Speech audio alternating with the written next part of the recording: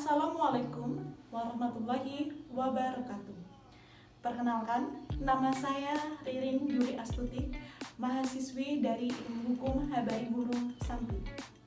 Pada kesempatan kali ini, saya akan menjelaskan tentang hukum dagang dan pendapat para ahli tentang hukum dagang tersebut.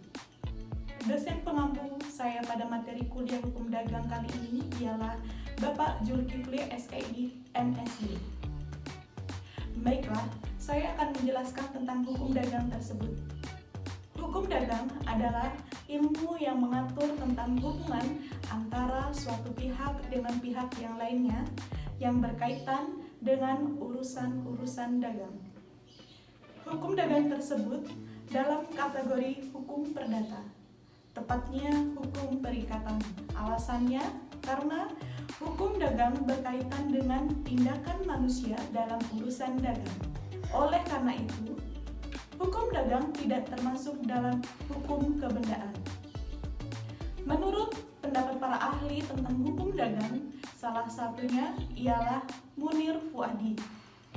Beliau berpendapat bahwa hukum dagang merupakan segala perangkat aturan tata cara pelaksanaan kegiatan perdagangan, industri, atau keuangan yang dihubungkan dengan produksi atau kegiatan tukar-menukar barang.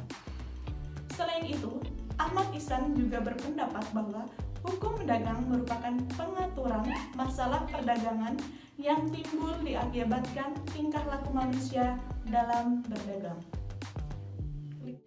Sumber hukum dagang ialah yang pertama, Kitab Undang-Undang Hukum Pidana. Yang kedua, Kitab Undang-Undang Hukum Perdata. Yang ketiga, Peraturan Perundang-undangan. Yang keempat, Kebiasaan. Yang kelima, perjanjian yang dibuat para pihak. Dan yang terakhir ialah perjanjian internasional. Salah satu contoh kasus hukum dagang ini ialah yang terkait dengan merek dagang. Seorang pengusaha menciptakan sebuah produk yang kemudian menjadi barang dagangannya.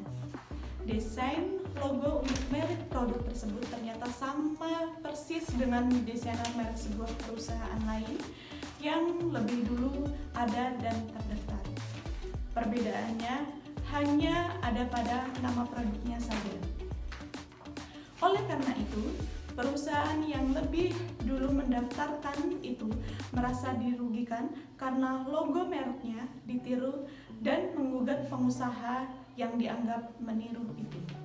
Terdapat beberapa ketentuan mengenai merek yang tidak diperbolehkan dalam pasal 6 Undang-Undang Nomor 15 Tahun 2001.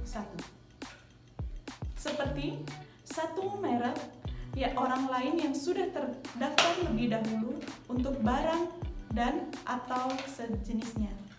2. Merek yang sudah terkenal milik pihak lain untuk barang dan jasa sejenis. 3. Indikasi geografis yang sudah terkenal. Maka dalam hal ini pengusaha tersebut telah melanggar hak cipta dan perusahaan yang lain tersebut berhak mendapatkan keadilan atas hak kekayaan intelektual yang dimiliki. Perusahaan tersebut dapat menggugat perusahaan lainnya terkait dengan peniruan logo tersebut. Demikian tadi sedikit presentasi dari saya, semoga bermanfaat bagi kita semuanya. Wassalamualaikum warahmatullahi wabarakatuh.